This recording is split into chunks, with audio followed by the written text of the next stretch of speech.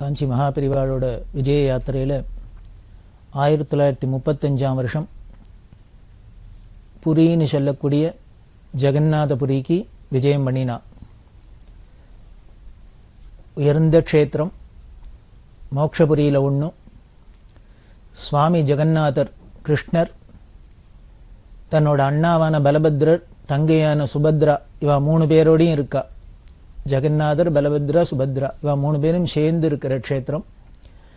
அந்த கோவில் இருக்கிற இடத்துக்கு பேர் நீலாத்ரி அப்படின்னு பேரு. ஜெகநாதர் தேர் ரொம்ப விசேஷம், ஜெகத் பிரசித்தம். பூரி ஜெகநாதர் தேர், ஜெகநாதர் தேர் அப்படின்னு ரதோத்சவம் அங்கே ரொம்ப விசேஷமானது. இந்த ஜெகநாதபுரிக்குன்னே சில விசேஷ சிறப்பான விஷயங்கள்லாம் உண்டு. அதில் ஜெகநாதர் பிரசாதம் அங்கே என்ன பண்ணுவா, பானையில் சாதம் வெடிச்சு வெடிச்சு வெடிச்சு வெடிச்சு சுவாமிக்கு நைவேத்தியம். எல்லாரும் பிரார்த்தனை. நம்ம ஊரில் அதோ மாவிளக்கு போடுறாப்புல இது மாதிரிலாம் அங்கே ஜெகநாதருக்கு இந்த சட்டி, அந்த சட்டி பானையில் சாதம் வடித்து நைவேத்தியம் பண்ணுவான். அங்கேயே கோவில் அந்த வடப்பள்ளியில் வரிசையாக வச்சுருக்கும். அவாவா எத்தனை பேர் பிரார்த்தனை பண்ணுறாலோ அது பார்த்தாலே ஒரு வினோதமாக ஆச்சரியமாக இருக்கும். அடியில் அடுப்பை மூட்டிட்டு பானை மேலே பானை மேலே பானை மேலே வரிசையாக வச்சுருப்பா. வச்சு அடியில் இருக்கிற அந்த உஷ்ணத்தினாலே எல்லா சாதமும் பக்குவமாகும். அப்படி சட்டி சட்டியாக நைவேத்தியம் பண்ணி எல்லாருக்கும் பிரசாதம். அந்த ஜெகநாதர் பிரசாதம் ரொம்ப விசேஷம். ஜஸ்டிஸ் ரங்கநாத் மிஸ்ரா அப்படிங்கிற ஜட்ஜு இருந்தார். பெரியவாள்கிட்ட ரொம்ப பக்தி, அடிக்கடி வந்து பெரியவா தரிசனத்துக்கு வருவார். அப்போ ரங்கநாத் மிஸ்ராட்ட பெரியவா சொன்னா, ஜெகநாதரோட இந்த சாதம் விசேஷம், அதனால் அதை எடுத்துன்னு வா, இந்த பிரசாதம் வேணும் எடுத்துன்னு வா அப்படின்னு சொல்ல, அவர் ஜெகநாதபுரிக்கு போய் அங்கே காத்தால கோவிலில் அந்த அன்னம் வச்சு நைவேத்தியம் பண்ணி உடனே ஃப்ளைட்டில் எடுத்துன்னு வந்து பட்டில் கட்டி பெரியவாளுக்கு சாயந்தரத்துக்குள்ளே சமர்ப்பணம் பண்ணார். பொதுவாக வெளியில் பக்குவம் பண்ண அன்னங்கள்லாம் பெரியவா எடுத்துக்க மாட்டா. ஆனால் இந்த ஜெகநாத பிரசாதத்தை பெரியவா எடுத்துண்டா. அப்போ சொன்னா, ஜெகநாதர் பிரசாதம் ரொம்ப முக்கியம், விசேஷம். சாஸ்திரம் சொல்லியிருக்கு, ஜெகநாதரோட பிரசாதத்தை நாய் வாயில் பார்த்தா கூட அங்கேருந்து பிடுங்கி சாப்பிடணுமா, அவ்வளோ விசேஷம் அப்படின்னு அதை சொல்லி தான் எடுத்துட்டு, அப்புறம் இங்கே இருக்கிறவா எல்லாருக்கும் இது ரொம்ப அபூர்வமான பிரசாதம், விசேஷ பிரசாதம், எல்லாருக்கும் கொஞ்சம் கொஞ்சம் கொடு அப்படின்லாம் சொன்னார். அதுக்கப்புறம் அவர் எப்போ வந்தாலும் பிரசாதம் எடுத்துன்னு வருவார், இந்த அன்ன பிரசாதம் எடுத்துன்னு வருவார். அப்படிலாம் ஒரு விசேஷம் இந்த ஜெகநாதபுரிக்கு.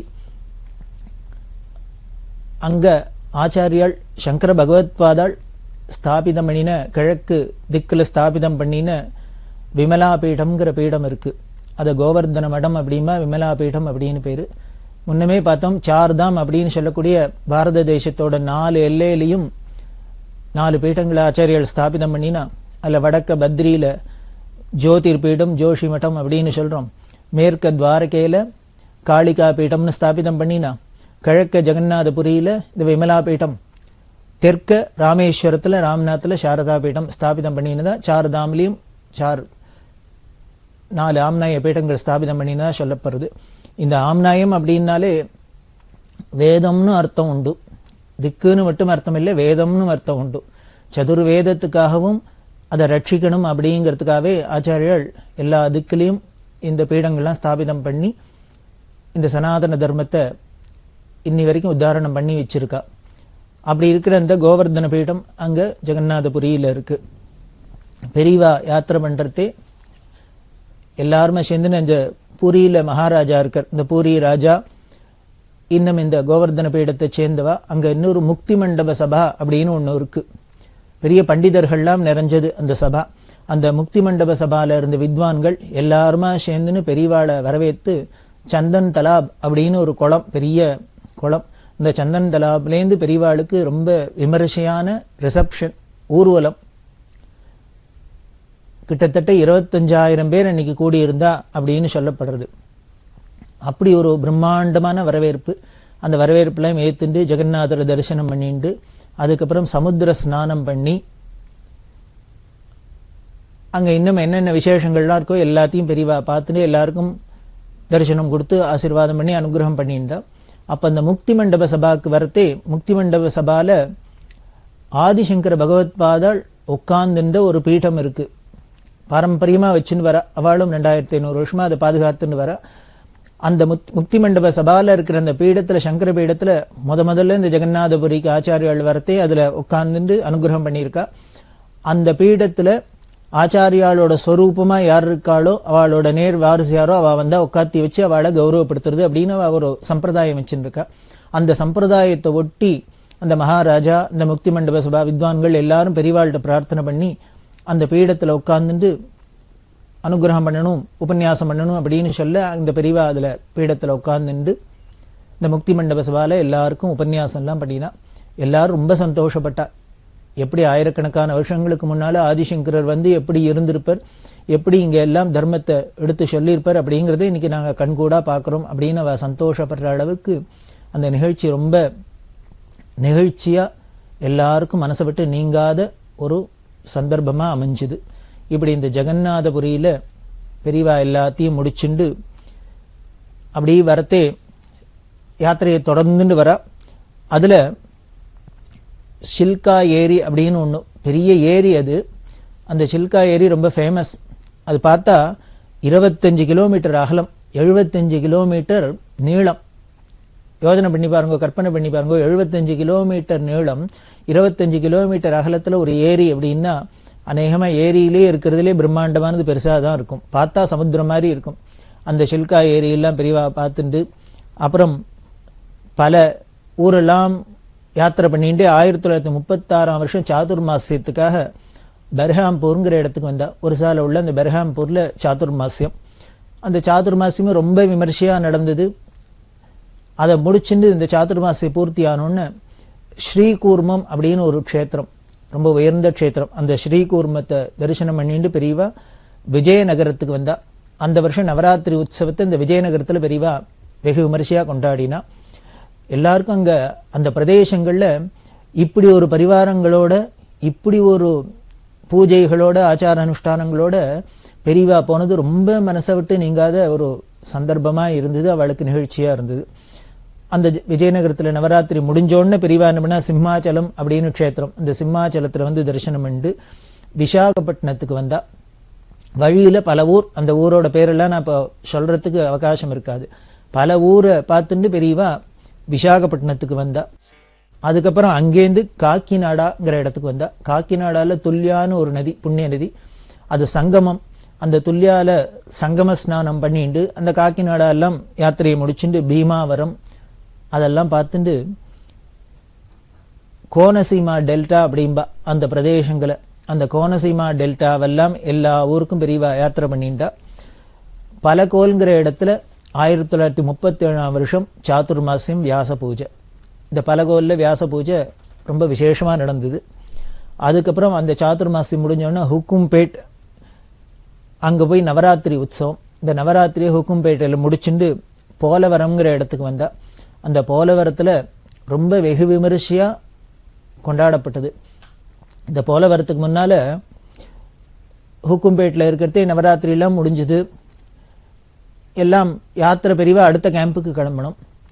அப்ப என்னாச்சு, இந்த போலவரத்துலேருந்து இருக்கிற ஜனங்கள்லாம் வந்து பெரியவாளை நாளை கார்த்தால அங்க பூஜைக்கு வந்துடணும் அப்படின்னு அவ சொல்லியிருந்தா. மேனேஜர்கிட்ட சொல்லியிருந்தா, மடத்து மேனேஜர் சொன்னா, ஆஹா கார்த்தால வந்துருவா பூஜைக்கு, எங்க காலங்கார்த்தால விடிகார்த்தால கிளம்பி எங்க பூஜைக்கு வந்துருவா அப்படின்னு அவர் சொல்லி நீங்க ஏற்பாடு பண்ணுங்கன்னு சொல்லிட்டார்.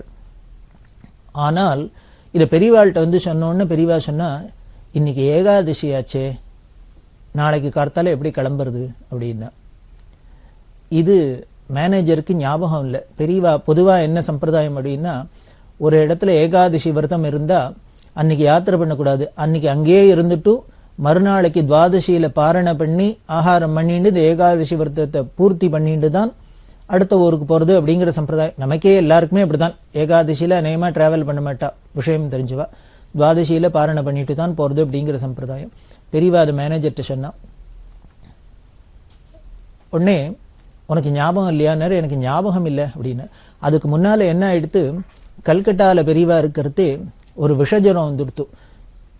இந்த யாத்திரையில மத்திய பிரதேசத்தை தாண்டினோடனே பல பேருக்கு ஜுரங்கள்லாம் வந்தது, கடுமையான ஜுரங்கள்லாம் வந்தது.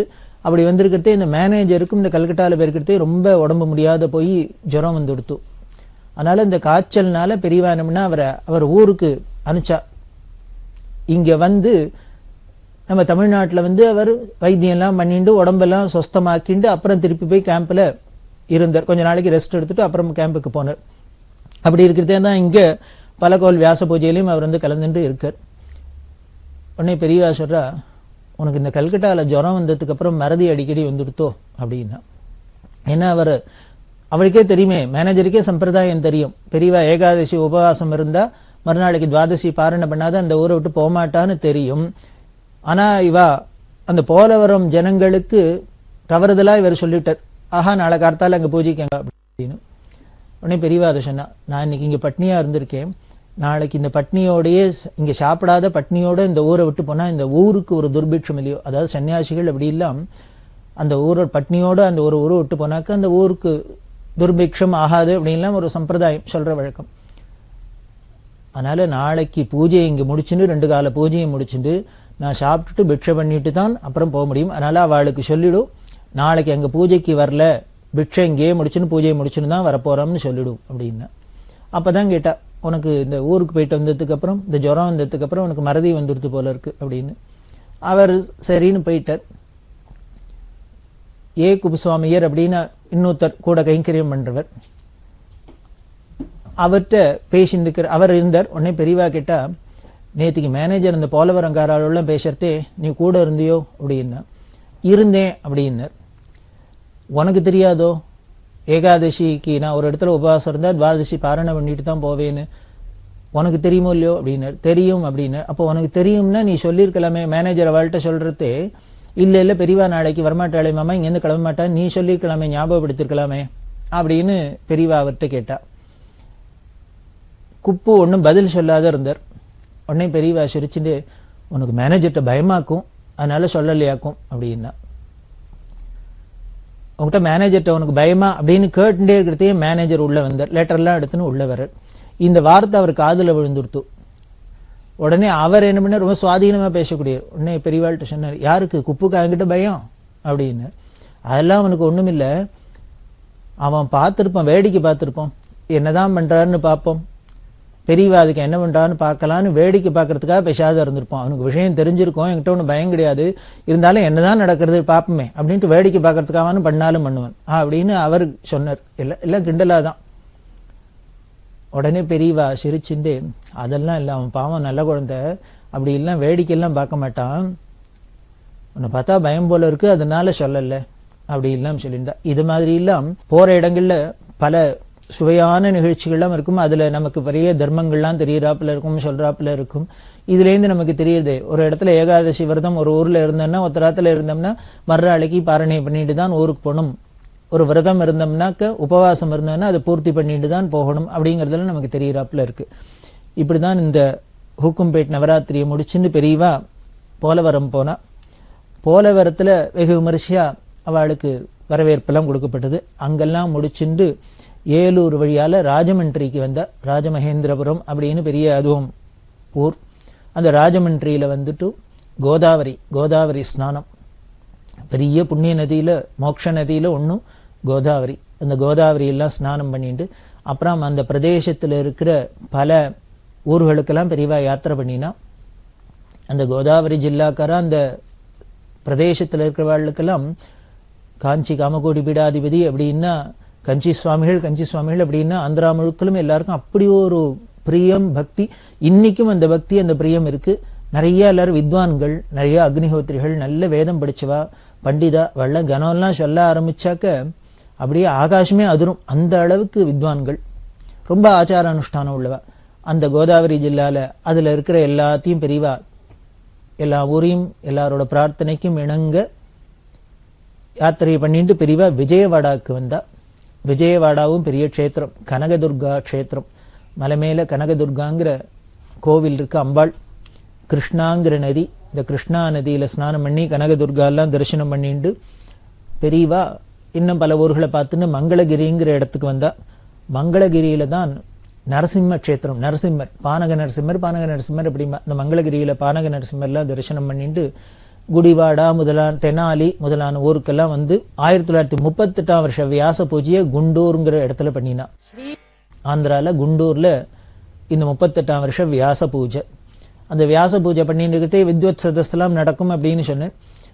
அப்படி நடக்கிற அந்த வித்வத் சதஸ்ல புல்லியம் உமாமகேஸ்வர சாஸ்திரிகள் அப்படின்னு ஒரு பெரிய மகா வித்வான் பண்டிதர். அவர் பெரியவா மேல 170 ஸ்லோகம், சமஸ்கிருதத்துல 170 ஸ்லோகம் பெரியவாளை போற்றி எழுதி பெரியவாளுக்கு சமர்ப்பணம் பண்ணினர். அவரே அதை எல்லாருக்கும் முன்னால வாசிச்சு எல்லாம் பண்ணி அதுக்கு அர்த்தங்கள்லாம் சொல்லி எல்லாரும் ஆனந்தப்படுறாப்புல இந்த புல்லிய உமாமகேஸ்வர சாஸ்திரிகள் 170 ஸ்லோகம் பெரியவாளுக்கு சமர்ப்பணம் பண்ணார். தஞ்சரேனே முன்னவே பார்த்தோம், பெரியவா சேலத்தில் இருக்கிறது ஒரு இஸ்லாமியர், அவர் சமஸ்கிருதத்துல நல்ல பண்டிதர், அவர் பெரியவா மேல ஸ்லோகம் பண்ணி பெரியவாளுக்கு சமர்ப்பணம் பண்ணார் அப்படின்னும். இப்படி காசியில இருக்கிறது, காசியில ஸ்ருங்கேரி மடத்துல ஸ்ரீகாரியமா இருந்தவர். அந்த ஸ்ருங்கேரி மடம் மேனேஜர் பெரியவா மேல 100கணக்கான ஸ்லோகங்கள் பண்ணி பெரியவாளுக்கு சமர்ப்பணம் பண்ணினர். பெரியவாளோட அந்த பிரபாவத்தை பாராட்டி, இப்படி எந்த ஊர்ல போனாலும் வித்வான்களா இருந்தா அவளுக்கு என்ன தோன்றதோ அப்படி எல்லாம் பெரியவாளுக்கு சமர்ப்பணம் பண்ணும் அப்படிங்கிற ஒரு பாவம் இருந்தது. இதுதான் அவ ஈஸ்வரங்கிறதுக்கு சாட்சி. அதே மாதிரி ஒரு தரம் பார்த்திருந்தாலும் எவ்வளவோ கூட்டத்துக்கு நடுப்பர் பெரியவாளை பார்த்திருந்தா கூட மறக்கவே மறக்காது. நம்ம உலகத்துல எத்தனை விஷயங்களை பார்க்கிறோம், எத்தனை பேரை மீட் பண்றோம், எவ்வளவு விஷயங்கள் பேசுறோம், ஆனா எதுவான ஞாபகம் இருக்கோ? ஏதோ ஒரு சிலது வேணா ஞாபகம் இருக்கலாம், எல்லாமே ஞாபகம் இருக்காது. ஆனா பெரியவாள்கிட்ட ஒரு க்ஷணகாலம் அவளோட ஒரு சங்கம் ஏற்பட்டா கூட அது நமக்கு மறக்காத இருக்கு. அவ ஏதோ ஒரு கையால ஒரு ஜாட காமிச்சதோ, கண்ணால ஜாட காமிச்சதோ, கையை தூக்கினதோ, ஏதோ ஒரு வார்த்தை அரை வார்த்தை பேசினதோ, இது எல்லாமே மறக்காத இருக்கிறதுக்கு காரணம் அவ பிரம்மங்கிறதுக்கு சாட்சி. அதுக்கு மேல எல்லாரும் எங்க ஊர்னா பிரியம், எங்க குடும்பம்னா பிரியம், எங்கள்கிட்டனா ரொம்ப பிரியம் அப்படின்னு சொல்றதுக்கு காரணம் அவ நிஜமான பிரேமையை காமிச்சிருந்தா. அன்பே சிவம் அப்படின்னு சொல்றாப்புல அன்பு ஸ்வரூபமா பிரேமஸ்வரூபமா இருந்ததுனால எல்லாத்தையும் உண்மையான அன்பை பெரியவா வெளிப்படுத்தினா. அவளுக்கு விருப்பு வெறுப்பு, வேணுங்கிறவா வேண்டாதவா, படிச்சவா படிக்காதவா, ஏழை பணக்காரன், ஆம்பளை பொம்பளை, இனிமே உயர்ந்தவன் தாழ்ந்தவன், எந்த ஒரு வித்தியாசமும் கிடையாது. எல்லாத்தையும் ஈடு கொடுத்திருந்தா. ஆச்சரியமா இருக்கும். வயசான தொண்டு கிழவர் வந்து அவளுக்கு சரியா ஈடு கொடுப்பா, சின்ன குழந்தை வந்துன்னா அதுக்கு சரியா ஈடு கொடுப்பா, படிச்ச வித்வான்கள் வந்தா அவளுக்கு சரியா ஈடு கொடுப்பா, படிக்காத அடிமுட்டாள் வந்தான்னா அவனுக்கு சரியா ஈடு கொடுப்பா, ஆம்பளை வந்தா ஆம்பளைக்கு சரியா ஈடு கொடுப்பா, பெண்கள் வந்தா பெண்களுக்கு சரியா ஈடு கொடுப்பா. இப்படி யார் வந்தாலும் அவளுக்கு சமமா அவளுக்கு அவளாவே ஆயிடுவா. அவளுக்கு எங்கேயோ அந்நியமா எங்கேயோ இருக்கும், யார்ட்டையோ இருக்கும் அப்படின்னு தெரியாத அளவுக்கு ஒரு அன்பை காமிக்கிறதுனால நிஜமான அன்பா இருக்கு. அதுதான் பெரியவாள்கிட்ட பார்க்கலாம். இதெல்லாம் தான் ரசிக்கணும். பெரியவான்னா சும்மா ஏதோ பார்த்து தரிசனம் பண்ணி கன்னத்துல போட்டுன்னு அப்படி எல்லாம் ஒரு சங்கராச்சாரியா ஜெகத்குரு அப்படின்லாம் பார்த்து பிரயோஜனம் இல்லை. இப்படி எல்லாம் ஒவ்வொரு விஷயத்தையும் ஒவ்வொரு மூமெண்ட்டையும் நாம அங்க ரசிக்க ஆரம்பிக்க ஆரம்பிக்க ஆரம்பிக்க நம்மள அறியாதையே பெரியவா மேல அபரிமிதமான பக்தி வரும். இதை எப்போ அப்ப பார்த்துதான் இல்லை, இப்ப இதெல்லாம் கேட்டப்புறமும் இதெல்லாம் நினைச்சுட்டே இருந்தோம்னாலே அசை போட்டிருந்தாலே நமக்கு இந்த ஒரு அனுபவம் கிடைக்கும். இதுக்கு பேரு தான் ஆனந்தம், இதுக்கு பேரு தான் பிரம்மானுபவம். இதுக்கு என்ன நம்ம காசு பணம் செலவழிக்கிறோமா, இல்ல வெளியில ஏதானு காரியம் செய்யணுமா? ஒண்ணும் இல்லை. இதை கேட்டதை பார்த்ததை உட்கார்ந்த இடத்துலயே அப்படியே நினைச்சுக்கிறது. இதுக்கு பேர் தான் ஸ்மரணை. ஸ்மரணை நினைப்புன்னு பேரு. இந்த ஸ்மரண வரத்துக்குத்தான் இத்தனை விஷயங்களும் நடக்கிறது. இந்த பிரபஞ்சத்துல இந்த உலகத்துல ஈஸ்வரன் இப்படி லீலையா இத்தனை வினோதங்களை இவ்வளவு விசித்திரங்களை பண்ணி இத்தனை காரியங்கள்லாம் பண்றதுக்கு காரணம் அந்த பகவத் ஸ்மரண வரணும், அவனோட நினைப்பு வரணுங்கிறதுக்கு தான். அதுக்காக தான் இங்க பெரியவாளோட இந்த சரித்திரத்தை நாம இப்படி எல்லாம் பார்த்துட்டு வரோம். அப்படி இந்த குண்டூர்ல வியாச பூஜை முடிஞ்சது. அதுக்கப்புறம் அதை முடிச்சுட்டு நெல்லூர், வெங்கடகிரி, காளஹஸ்தி, திருப்பதி முதலான க்ஷேத்திரங்கள்லாம் தரிசனம் பண்ணா. திருத்தணிக்கு வந்தா, அங்க தரிசனம் பண்ணா. திருப்பி காஞ்சிபுரம், விழுப்புரம், சிதம்பரம், திருவாரூர், பட்டுக்கோட்டை, அறந்தாங்கி வழியால ராமேஸ்வரத்துக்கு வந்தா. முன்னமே சொல்லியிருக்கோம், ராமேஸ்வரத்திலேருந்து ஆரம்பிச்சு திருப்பி ராமேஸ்வரத்தில் தான் காசி யாத்திரையை பூர்த்தி பண்ணணும் அப்படின்னு விதி நியதி இருக்கிறதுனால ராமேஸ்வரம் வந்தா. 1939 ஜூன் மாசம் 10 ராமேஸ்வரத்துல ஏகாதச ருத்ரத்தோட கங்காபிஷேகம் பண்ணி ராமநாத சுவாமிக்கு ஏகாதச ருத்ரம் சொல்லி கங்காபிஷேகம் பண்ணி இந்த காசி யாத்திரைய சமர்ப்பணம் பண்ணினா. ஏன்னா எந்த ராமநாதனோட கிருபையில நாம போறோமோ அதே ராமநாதரோட அந்த சமர்ப்பணத்தோட கங்காபிஷேகத்தோட அதை நாம சமர்ப்பணம் பண்றோம். அப்படி காசி யாத்திரை பூர்த்தி பண்ண ராமநாதபுரம், சிவகங்கை ராஜா எல்லாம் திருப்பி தங்களோட சமஸ்தானத்துக்கு கழிச்சு உபச்சாரம் பண்ண. ஏன்னா ஆரம்பத்திலையும் பெரியவா போறதையே இவா உபச்சாரம் பண்ணினா திருப்பி இவா காசி யாத்திரை பூர்த்தி பண்ணின்னு பூர்த்தி ஆகிறதுனால திருப்பி உபச்சாரம் பண்ண. அதெல்லாம் முடிச்சுன்னு திருப்பத்தூர், புதுக்கோட்டை, திருச்சி, தஞ்சாவூர், ஈச்சங்குடி, சுவாமிமலை வழியால கும்பகோணத்துக்கு வந்தா 1939 வருஷம் ஜூன் மாசம் 29ஆம் தேதி கும்பகோணத்துல மடத்துல போய் இந்த காசி யாத்திரையை பூர்த்தி பண்ணினான். 1919 வருஷம் யாத்திரையை தொடங்கின பெரியவா 1939 வருஷம் ஜூன் மாசம் பூர்த்தி பண்ணினா காசி யாத்திரையை. இப்படி ஒரு அமானுஷ்யமான அபூர்வமான காசி யாத்திரை உலகத்திலேயே பெரியவா ஒருத்தர் தண்ணி தான் நாம பார்த்திருப்போம், கேட்டிருப்போம். இந்த காசி யாத்திரையை நாம ஸ்மரிச்சோம்னா கேட்டோம்னா என்ன பலன்? பெரியவா எந்தெந்த க்ஷேத்திரத்துக்கெல்லாம் போனாலோ அந்த தரிசனம் பண்ணின பலன், பெரியவா எந்தெந்த தீர்த்தங்கள்லாம் ஸ்நானம் பண்ணினாலோ அந்த ஸ்நான பலன், இப்படி எல்லா பலனும் நமக்கு இந்த குருவோட இந்த யாத்திரையை, இந்த மகானோட யாத்திரையை கேட்கறதுனாலேயே, படிக்கிறதுனாலேயே, நினைக்கிறதுனாலே கிடைக்கிறது அப்படின்னு சொல்லி இந்த விஸ்தாரமான இந்த பெரியவாளோட அமானுஷ்யமான காசி யாத்திரையை நிறைவு செய்கிறோம். அப்படி தமிழ்நாட்டுக்குள்ள வரத்தே தான் அன்னதான சிவன்கிறவர் திருபுவனம்ங்கிற இடத்துல சிவலோக பிராப்தி அடைஞ்ச. அப்போ பெரியவா அன்னதான சிவனை பத்தி முன்னாலேயே சொல்லியிருக்கோம். பெரிய அன்னதானம் பண்ணியே மகா உத்தமர், பெரிய புண்ணியத்தை சம்பாதிச்சார். அப்ப பெரியவா சொன்னா, இவர் பெரிய வேத சாஸ்திரம் படிச்சு இன்னுமே இந்த ஜபதபம் எல்லாம் பண்ணி இதெல்லாம் பண்ணி சாதனை பண்ணலைன்னா கூட எல்லாருக்கும் சாதம் பட்டே அவர் மோட்சத்துக்கு போயிட்டார் அப்படின்னு சொன்னா. பெரியவாவாக்கு அவர் மோட்சத்துக்கு போயிட்டார் அப்படின்னு.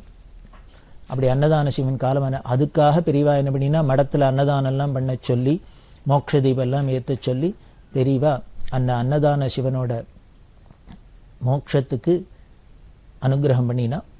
இப்படி இருந்த பெரியவா கல்லூர்ங்கிற இடத்துல 6 மாசம் காஷ்ட மௌனத்துல இருந்தா.